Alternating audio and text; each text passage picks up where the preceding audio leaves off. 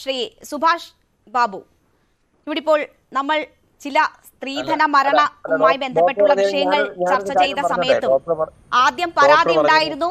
പരാതി പോലീസ് സ്റ്റേഷനിൽ എത്തുമ്പോൾ അവിടെ ഒത്തുതീർപ്പുണ്ടാക്കി പറഞ്ഞു വിട്ടു. അതിനുശേഷമാണ് മറ്റ് ഏറ്റവും മോശമായ അവസ്ഥയിലേക്ക്, കൊലപാതകത്തിലേക്കൊക്കെ കാര്യങ്ങൾ നീണ്ടത് എന്ന് നമ്മൾ പലതവണ ചർച്ച ചെയ്തിട്ടുള്ളതാണ്. ഇവിടെയും നോക്കൂ, ഈ വിഷയം പോലീസിന് മുന്നിൽ എത്തിയതാണ്. ഒരാൾ ആത്മഹത്യ ചെയ്യുമെന്ന ഭീഷണി മുഴക്കുന്നു, അതിനുശേഷവും ഒത്തുതീർപ്പ് നടത്തി വിട്ടു എന്നതാണ് മനസ്സിലാക്കുന്നത്. ഇങ്ങനെയാണോ ഈ വിഷയങ്ങളിൽ പോലീസ് ഉൾപ്പെടെ ഇടപെടേണ്ടത്? പല വിഷയങ്ങൾ ഇതുപോലെയുള്ള പ്രണയക്കൊലയുൾപ്പെടെ ഭാര്യാഭർത്തൃ ബന്ധത്തിൽ വരുന്ന ബുദ്ധിമുട്ടുകൾ, അതിനുശേഷം അത് ഒരാളുടെ ജീവൻ എടുക്കുന്നതിലേക്ക് ഉൾപ്പെടെ പോകുന്ന നിരവധി കേസുകൾ കൈകാര്യം ചെയ്യുന്ന പോലീസിന് പോലും ഇതൊരു സൂചനയായി പോലും മനസ്സിലാക്കാൻ കഴിയാതെ പോകുന്നത് എന്തുകൊണ്ടാണ്?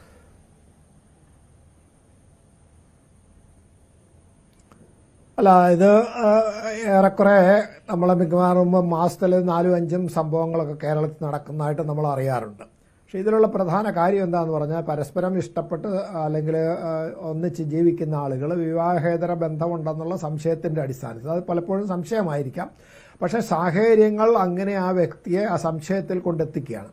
അപ്പോൾ അതെന്തായാലും ശരി, ഒരു മനോവൈകല്യമാണ്. ആ മനോവൈകല്യം എന്തായാലും ശരി ശ്രദ്ധയിൽപ്പെടുന്ന അവസരത്തിൽ ആ നിലയ്ക്ക് ഒരു ചികിത്സ അത്യാവശ്യമാണ്. അതിനാണ് നമ്മൾ കൗൺസിലിങ് അല്ലെങ്കിൽ അതിന് ബന്ധപ്പെട്ട ഡോക്ടറെ ബന്ധപ്പെടുക എന്നുള്ളത്. പോലീസിനെ സംബന്ധിച്ചിടത്തോളം ഇങ്ങനെ വരുന്ന അവസരത്തിൽ പോലീസ് ആ പ്രശ്നം പഠിക്കുകയും ഇതിൻ്റെ യഥാർത്ഥ കാരണങ്ങൾ എന്താണ്, കാരണം ഇവർ തമ്മിലുള്ള അഭിപ്രായ വ്യത്യാസത്തിനും അതുപോലെ തന്നെ അകൽച്ചയ്ക്കും കാരണം എന്താണെന്ന് ചോദിക്കുക. ഇത് വളരെ വ്യാപകമായിട്ടുള്ളൊരു, അതായത് ചെറുതല്ല, വളരെ വ്യത്യസ്തമായ രീതിയിലുള്ള ഒരു അകൽച്ചയാണ്. കാരണം ഒന്നിച്ചുണ്ടായിരുന്ന മുമ്പ് വഴക്കുണ്ടായി, പോലീസ് കേസ് കൊടുത്തു എന്നതിന് ശേഷം പിന്നീടുണ്ടാകുന്ന പ്രശ്നങ്ങളെ തുടർന്ന് ഇവർ മാറി താമസിച്ചതിന് ശേഷം അവരൊരു ബേക്കറി തുടങ്ങുന്നു. അതിന് ഭർത്താവിൻ്റെ അനുവാദമില്ലാതെ അല്ലെങ്കിൽ താല്പര്യമില്ലാതെ ഒരാളെ, അവരുടെ ഒരു സുഹൃത്തിനെ കൂടെ അതിൻ്റെ പാർട്ണറായി വെക്കുന്നു. പിന്നെ അദ്ദേഹം അത് സ്ഥിരമായിട്ട് അവരുമായിട്ട് ബന്ധപ്പെടുന്നു എന്നൊക്കെ പറയുമ്പോൾ ഈ മാനസികാവസ്ഥയുള്ള ആൾ തീർച്ചയായിട്ടും പത്മരാജൻ സംശയിച്ചിട്ടുണ്ടാകുമെന്നുള്ളതിന് സംശയം വേണ്ട.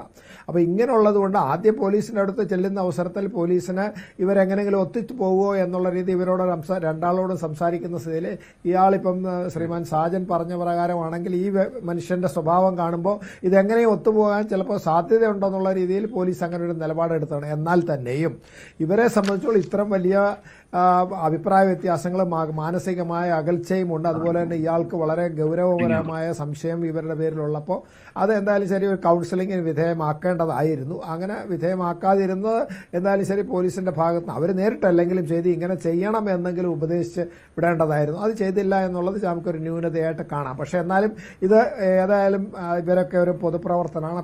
പത്മരാജൻ പ്രത്യേകിച്ചിട്ട് ശ്രീ സാജൻ പറയുന്ന പ്രകാരം അദ്ദേഹം സാമൂഹ്യ പ്രതിബദ്ധതയുള്ള ഒരു പ്രവർത്തനമായിരുന്നു, ഒരു സംഘടനയുടെ പ്രവർത്തനമായിരുന്നു. അതുകൊണ്ട് എന്തായാലും ശരി അദ്ദേഹം അത് സംയമനത്തോടു കൂടി നല്ല രീതിയിൽ പോകും എന്നുള്ള ഒരു സങ്കല്പത്തിൽ അല്ലെങ്കിൽ വിശ്വാസത്തിലായിരിക്കും പോലീസ് അങ്ങനെ ഒരു തീരുമാനമെടുത്തത്. എന്തായാലും ശരി, പോലീസിനെ സംബന്ധിച്ചിടത്തോളം അവർ ബന്ധം വേർപെടുത്തുന്നതിനേക്കാൾ ഒന്നിച്ചു കൊണ്ടുപോകാൻ സാധിക്കുന്നു എന്നുള്ളത് നോക്കിയിട്ടുണ്ട്. പക്ഷെ എന്നാലും അതിനുള്ളിലുള്ള കാതലായ പ്രശ്നം എന്താണെന്ന് മനസ്സിലാക്കി ഇത് അകൽച്ച ഉണ്ടാകുമ്പോൾ, കാരണം ഒരു ആളുടെ ജീവൻ നമ്മൾ എടുക്കുകയാണെങ്കിൽ അവൻ്റെ സ്വന്തം ജീവിതം അതോടുകൂടി ഇല്ലാതാകുകയാണ്. അതുപോലെ തന്നെ അവരെ ബന്ധപ്പെട്ട് നിൽക്കുന്ന കുട്ടികളോ അല്ലെങ്കിൽ അവരെ ആശ്രയിച്ച് കഴിയുന്ന ആളുകളുടെ ജീവിതം കൂടെ അതോടുകൂടി നശിക്കുക എന്ന് പറയുന്ന ഒരു ഗൗരവതരമായ പ്രശ്നം പോലീസിന്റെ മുമ്പിലുണ്ട്.